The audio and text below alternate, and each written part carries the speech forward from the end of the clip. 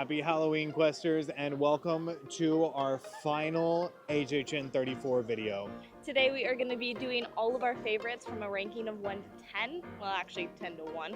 But we're going to go through everything that we're going to miss about Halloween Horror Nights 34. So come join us on this quest. It's a little bit of a sad one, but you know, gonna be fun at the same time. Might cry at the end, who knows? Who knows?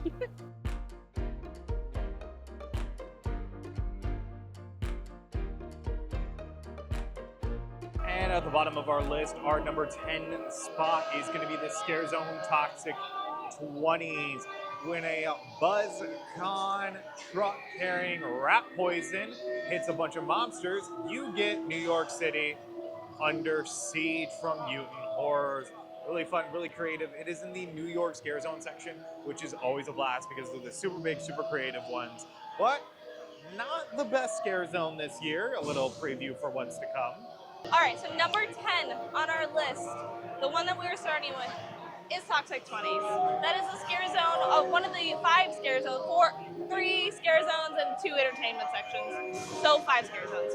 One of the 5 scare zones this year, it is themed after the 1920s where a accident does happen and zombies occur. One of my favorite things about this scare zone is the look of everything. I like how well all the scare actors blend in.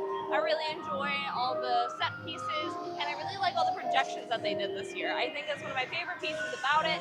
I think it's a very, very strong scare zone. I'm sorry if I'm loud or if anything else is really loud. It's very loud right here. But it just makes it feel more immersive. I think it's one of the most immersive ones that we've had in a minute.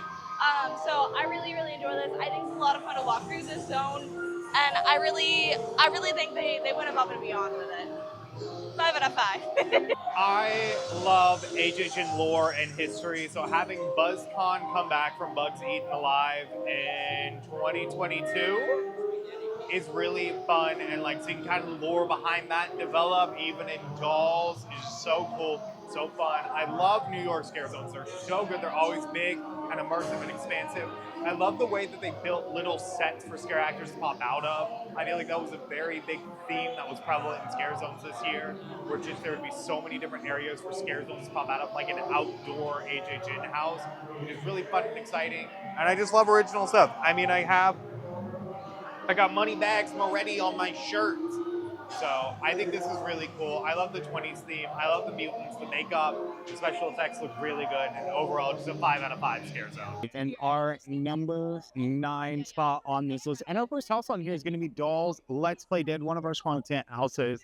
It's really interesting whenever they get to use the space of the Sprung Tents efficiently, and I feel like this year they have definitely done that. Go into Lila's tortured home and see basically her rise of psychopathy as she tortures her dolls and upgrades to torturing bigger and better things. Your favorite part about Dolls Let's Play Dead and favorite room?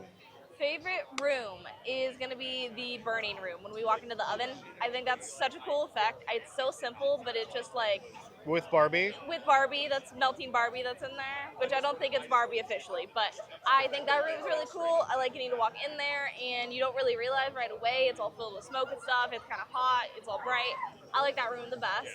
And then Dolls. Dolls is just really fun. I really like the concept of it. I think Lila is a fun addition. I would love to see more of her. I'd like to see maybe grown-up Lila. I think that would be really cool to see, like her psychotic break as she goes into adulthood. And I just think that it's very scary. Dolls are terrifying to begin with, and then make them worse, and it's perfect. And then you add creepy little girl into the mix, you got a really, truly freaky house. So I think it's a lot of fun. What is your favorite scene in the house, and then your thoughts on the house?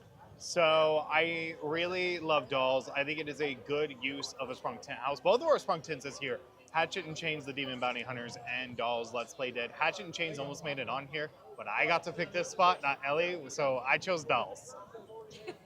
I'm a little sad. I wanted Hatchet and Chains, but it's okay. I love it. It's just really fun. I mean, I think there's a lot of cool story elements in it if you like pay attention. Anytime you get to play with a sense of scale in a house is really fun too. Like going into the doll house and then seeing all the scare actors that are dolls but my size, and seeing like the giant Lilas in the windows, and it's just really cool, really fun. And I like the idea that maybe Lila might show up later as like a fun little tidbit and detail. favorite room in the house is going to be the like little bedroom with the jack bedspread. That's a fun fact if you didn't know that. And the giant yarn spider that has yarned people to the walls. Yeah, This it's is a freaky. weird sentence to say. I just love the look of it, and like the two scare actors that are in there, especially the sock monkey, scare me a lot, and I just really love the design space of it. And I think it's definitely the room where they had the most fun designing, like what would a yarn spider look like? Overall, 5 out of 5. I love it. And at number 8, we have the Death by Cheese Stick over at the like Nightmare Circus booth that we had. I think it's also themed to Terrifier. But this was the viral snack this year. You could see tons of people picking it up. Came with a spicy marinara sauce. It was just a foot-long cheese stick. Absolutely delicious, though. Uh, you will see this spot appear later on in our list when we do one of our ones further down the line. It's just easier, guys. Don't add us. All right. One last cheese stick pull of the season. That was a good one. That's pretty good. It knew it was the end. The last cheese stick of the season. It's just good. I mean, if you like cheese sticks, you would have loved this. It's weird to talk about this in past tense, I know. but it was just really nicely breaded, really fresh. I'm gonna do it in the spicy marinara. Marinara is good. Not too much heat to it, I don't think. Could have maybe had a little bit more heat to it, but overall, just really good, well put together mozzarella steak. I mean, and it was so big, so good. Lines were long for it all season, so we only ate it like Handful of times. a handful of times, but every time it was just so good. Overall, I hope they bring something like this back. I honestly wouldn't mind if cheese sticks became a permanent thing at HHN. 10 out of 10, of course. It's why it ended up on the list. It's my turn to vamp about a mozzarella stick. First of all, just look at the cheese. Cheese good, warm. It was always warm, always fresh, really nice. I like the breading. Wasn't always greasy, which was really nice. The breading didn't taste like fake breading. It was always felt like it was done either that night or at least fresh. Didn't feel like it was taken out of a bag or anything. I always the cheese is always really nice and melty. So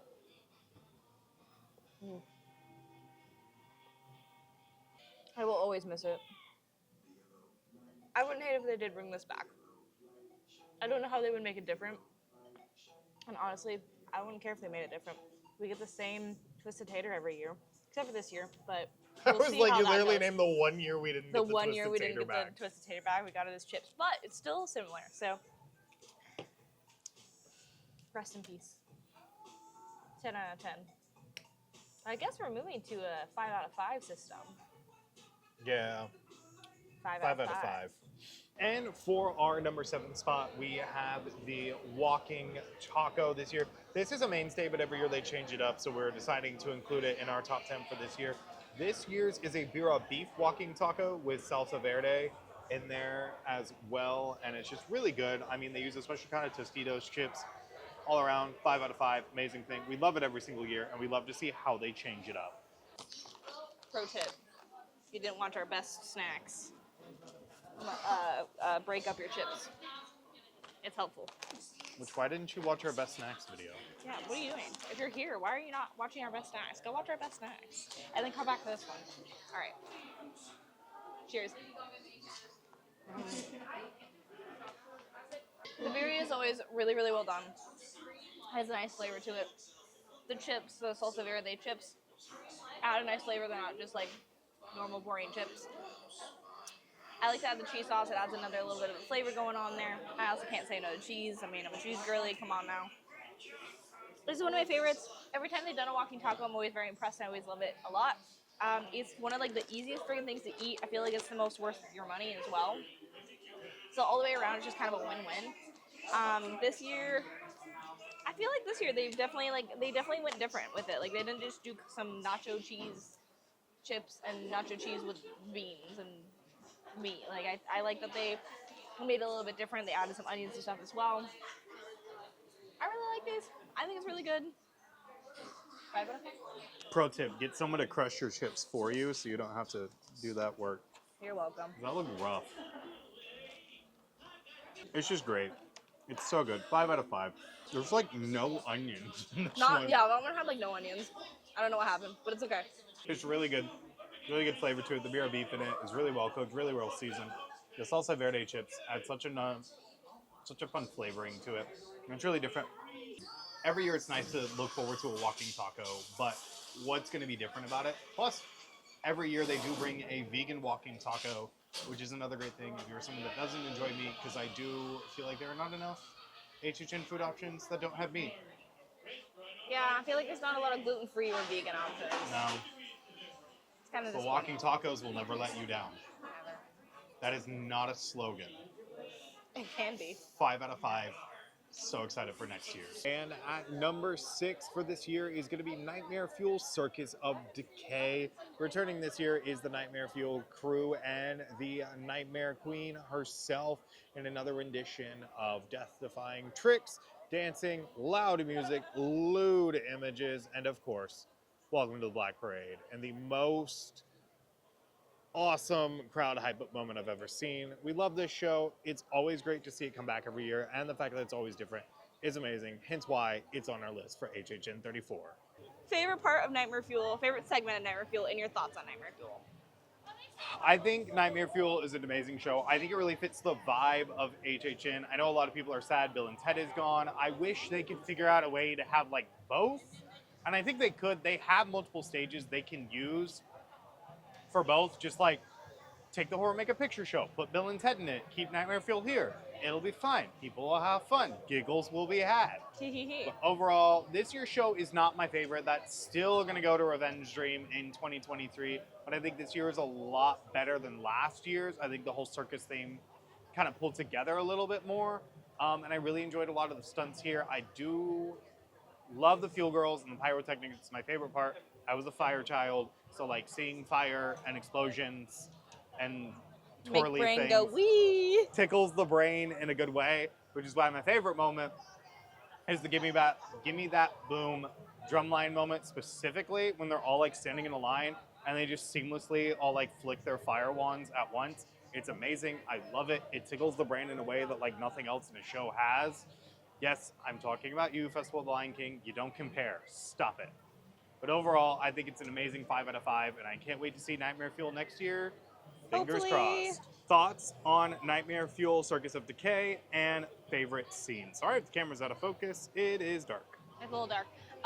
Okay, favorite scene is gonna have to be the same thing. It's the Give Me That Boom, the drumline section.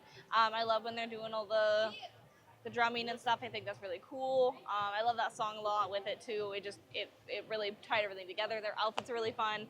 I love when they do like the hat portion too. I think that's really cool. So probably that. Second closest would be, just to make things a little different from him, would be when they have the black dresses on and they have the hats that they light on fire. That's really cool. Thoughts on Nightmare Fuel, Circus of Decay. I think the circus theme is fun. I think it ties into with all the tricks that they're doing. I think the unfortunate part is I don't like the tricks that they're doing. They've been here for 5 years now, and I've watched it all 5 years. The first 1 to 3 years, I really think that they had better tricks that they were doing. I need to speed this up because the show's about to start.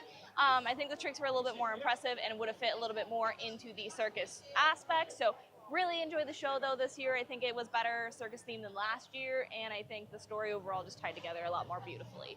Okay, we're gonna go do something else now because the show's about to start. Also, side note, the contortionist, awesome. Oh my god, yeah. Okay, I also want the hair lady back from last year, from HHN Hair lady 33. and contortionist, Hair lady and 15 out of contortionist, 10. I would die. I would be dead. And for our number 5, heading into our top 5, this is an area that like me and Ellie universally agreed should be on the list, whereas the bottom 5 were just like a mix mash of some things I thought were good, some things she thought were good. Top 5 was universally, we both went, this needs to be on here. And Galton is the bottom of that list, one of our top houses and original houses of this year, traveling to the belly of the beast, literally in some parts, and see Galkin, our main monster, take over a Viking village, eat children, babies, you know, normal HHN things. Really good, has some great atmosphere, and a giant puppet at the end, and who doesn't love giant puppets in Halloween Horror Nights houses? Favorite room in Galkin and a little bit about the house. Favorite room in Galkin is probably the Galgan room, the Galgan room, big one.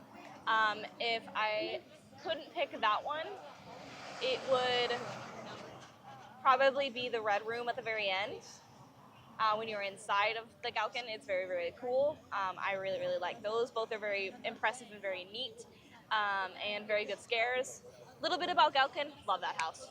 It's such a good house. I love the aesthetic. I think originally going into it, it wasn't what I was expecting, but it wound up just turning into one of my favorites just because of the way that they did it and the way that the scenes came out, and the scare actors go ham every single time. Such a pretty house too, like in a weird way. It's very pretty and it's very impressive. The gorgeous village massacre. Yeah. Galkin, thoughts and favorite scene? I love the house. I think it's a really cool concept. It's one of my favorite original houses from this year. So cool, so unique. I think it's a little bit different than what we thought going into it. We thought like very Viking demons from hell coming through type deal. It's sort of similar. It's more like Native American inspired with the way it like kind of parodies Wendigos and stuff like that. But overall, just super exciting. 5 out of 5. Really good house. Probably. I mean, obviously it's in our top 10. Top 5. Top 5. Top 5 favorite houses of this year. I had to think about like how many houses we have on this list. Favorite room? I'm gonna go with the red room at the end.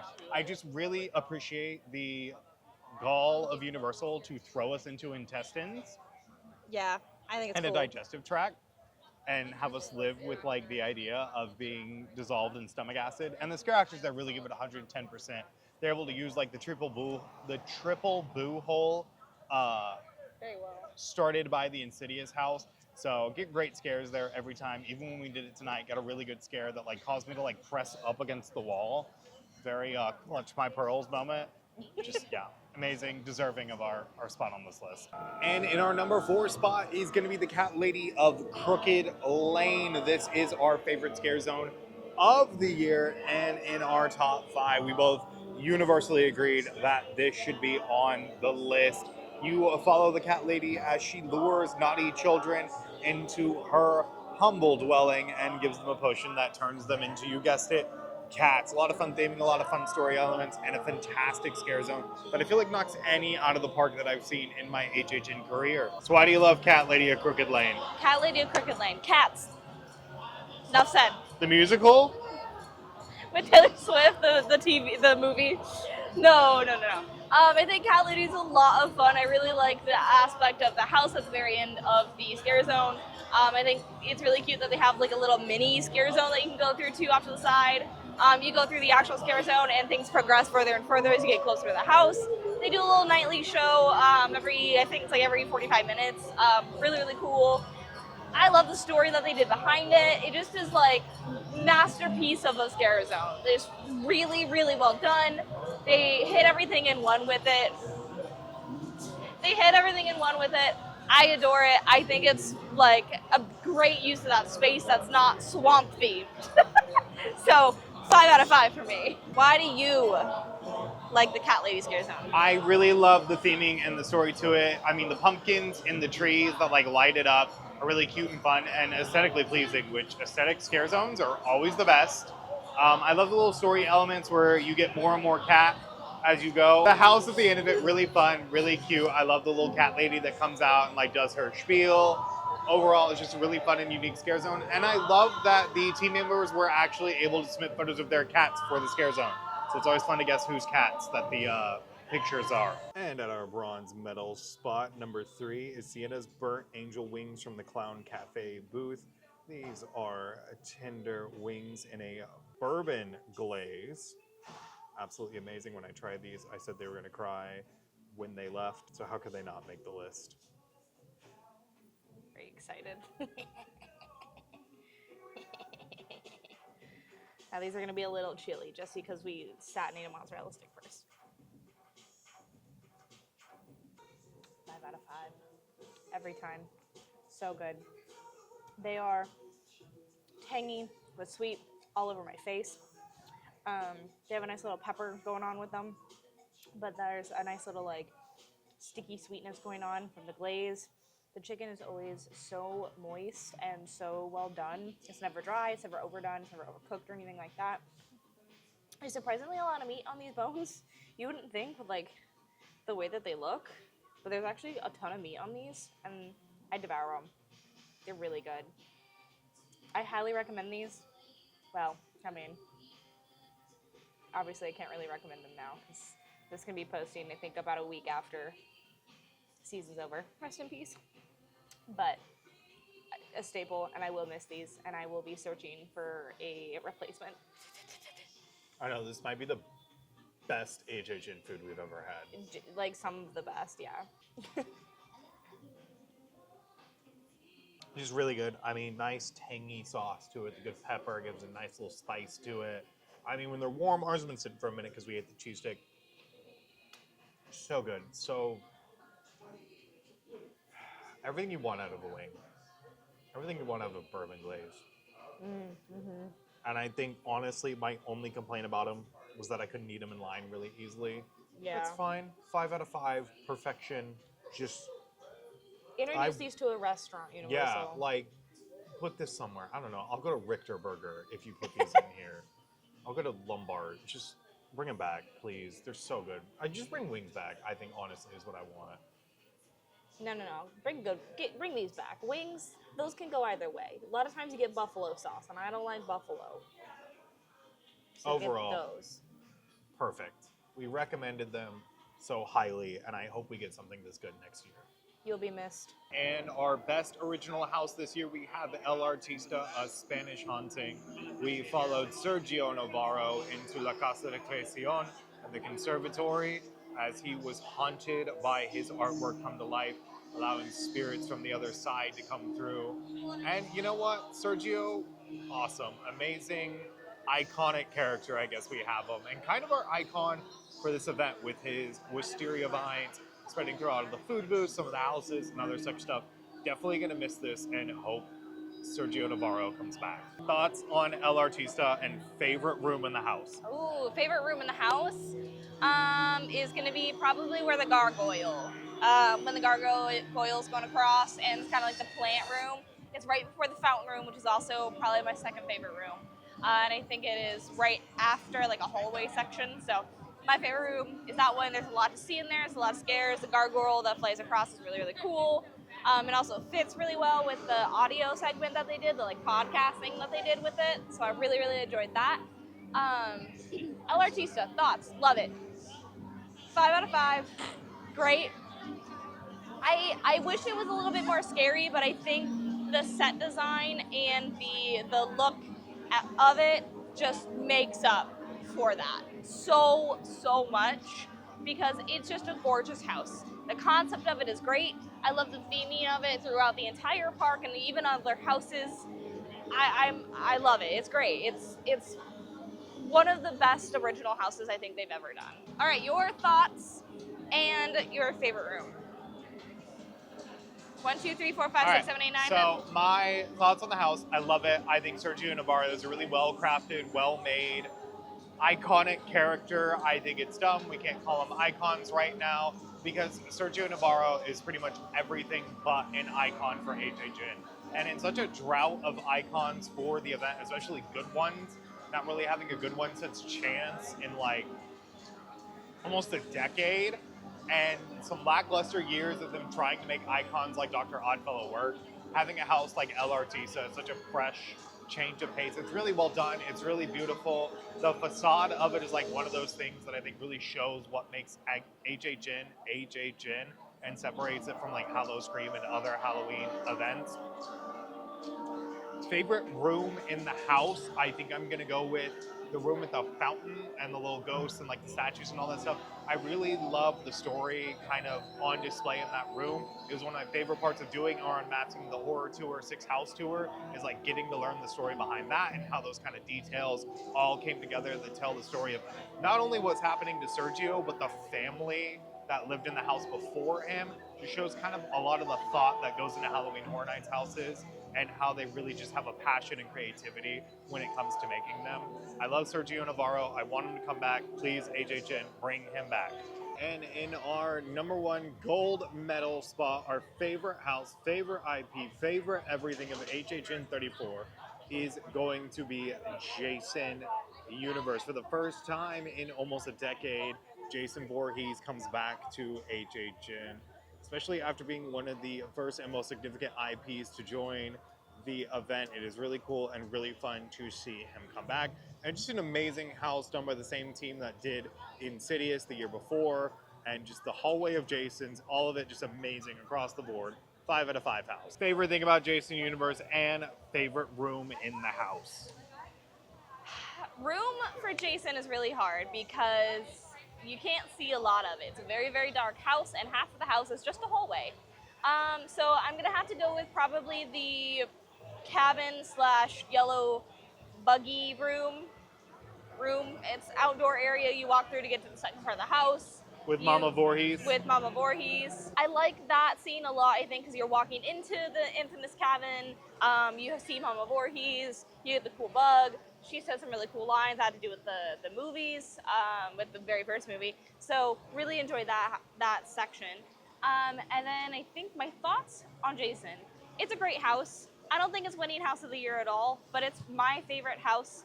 It's so scary. It's the Terrifier of this year if you went in 2024 for Halloween Horror Nights 33.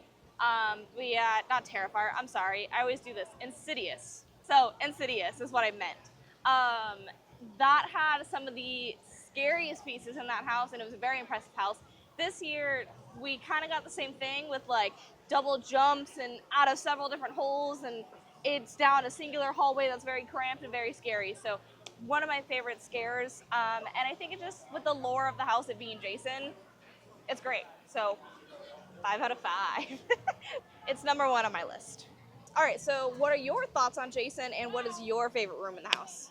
Jason Universe, amazing house. I really love it. I think it does exactly what I've wanted IP houses to do for years. You know, one of my complaints about A Quiet Place and some of the other houses like Fallout, where it just like does the plot of whatever the IP is and like has you go through it, when really it just needs to be scary. It just needs to have the killer, have the monster, have him come at you every which way, everywhere you're going.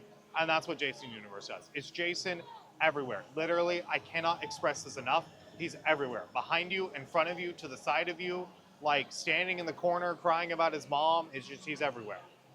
Crying about his mom. It's done by the same team that did Insidious last year, which if you went through that house, you know how terrifying it can be when you don't know where the scare actors are coming from. And I think this house does that really well too. And I love like learning in our Unmasking the Horror Tour. Sorry, I'm gonna reference that a lot, or I did reference that a lot, but just learning about the different ways that they hide the Jasons and stuff like that. An overall favorite room of the house is actually gonna go to the middle section right before the hallway of Jason's and the Pamela Voorhees outside portion. We're just in the woods, and they got the little middle section set up, and Jason keeps popping out. You see the Camp Crystal Lake sign. I think it's really cool. I think it's quintessential to the Friday the 13th franchise films, and I just love all the ways that Jason can pop out, and the little campers and subtle nods you get to the movies. Overall, 5 out of 5 house. It's my favorite. It was my most anticipated, and it definitely did not let us down. And with that, we're gonna bring our video to a close. These were our favorite things of HHN 34. We hope you guys enjoyed it. We hope you got to come this season, and just, yeah, it's our favorite theme park event in the world. We love it. It's why we made so many videos about it. And leaving on closing night every year is just so heartbreaking. So I feel like we got enough out of it. We did so much. We did like all the houses like 7 times, if not more.